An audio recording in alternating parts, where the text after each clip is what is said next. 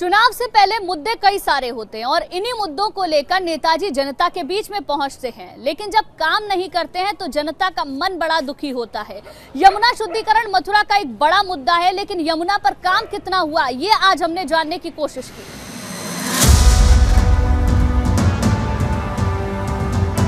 यमुना नदी संवारने का मुद्दा हर चुनाव में उठता जरूर है, लेकिन चुनाव खत्म होते ही कहीं खो जाता है।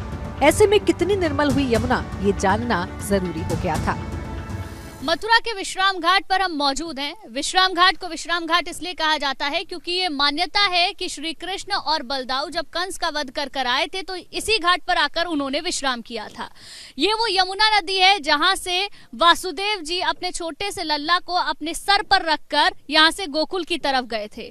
लेकिन अब जब चुनाव नजदीक है, यमुना मैया का आज के समय में कितना ख्याल रखा जा रहा है, क्योंकि धार्मिक मान्यताएं तो अलग अलग हैं, लेकिन राजनीतिक महत्व भी अपने आप में खास हो जाता है।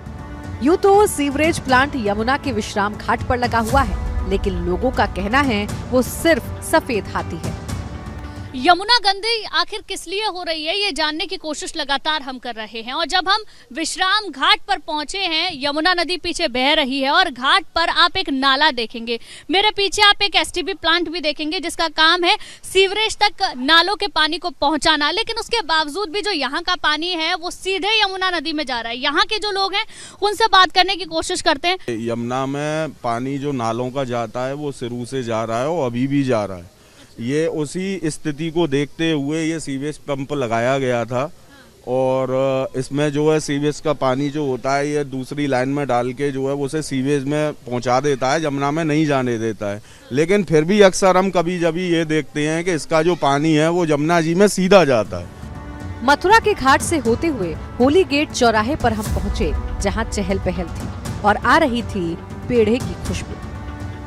मथुरा से विजय तिलक यात्रा में यहाँ के सियासी समीकरणों को तो हम समझ ही रहे हैं, लेकिन यहाँ का जायका भी कुछ कम नहीं है। मथुरा के पेड़े पूरे देश भर में जाने जाते हैं और पूरे ब्रज क्षेत्र की बात करें तो पूरे ब्रज क्षेत्र में सुबह सुबह कचौड़ी और जलेबी का नाश्ता होता है। तो इस वक्त हम पहुँच गए हैं होली गेट चौराहे पर।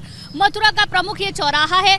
ये भी जानेंगे यहाँ से कि पेड़े किस तरीके से तैयार होते हैं और ये भी जानेंगे कि सुबह सुबह यहाँ की जनता कचौड़ी का जायका किस तरीके से लेती है।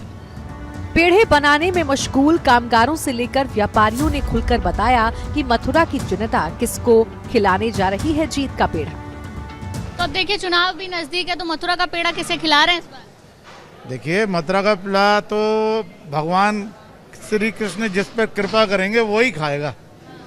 अब देखते हैं किसको मिलता है मथुरा का पेड़ा। कृष्ण की कृपा के साथ साथ जनता की कृपा भी जरूरी है ना। कृष्ण जब कृपा करते हैं तो जनता अपने आप कृपा करती है। मथुरा का अपना जायका है और दिन की शुरुआत होती है जलेबी और कचौड़ी से। अरे भैया, आपकी कचौड़ी बड़ी प्रसिद्ध है, ऐसा क्या डालते हैं? मसाला, शुद्ध मसाला, सब कलर में कुटते हैं मसाले, धनिया, सौंफ, लाल मिर्च, हल्दी, सब कलर में। आप जैसी कचौड़ी बना ही नहीं पाता कोई। अब आएगा जी, तो घर का मसाला पिसा हुआ है, आप जैसी कैसे बन जाएंगी। ये मथुरा का मिजाज है जिसे समझना इतना आसान नहीं, लेकिन जिसने भी इस मिजाज को समझा मानो उसके माथे पर हुआ विजय तिलक। मथुरा के बाद हमारा कारवां बढ़ चुका था फर्रुखाबाद की तरफ, जहां की जनता का मन टटोला हमारी सहयोगी स्नेहलता ने। एबीपी गंगा के लिए मथुरा से गुंजन दीक्षित के साथ ब्यूरो रिपोर्ट।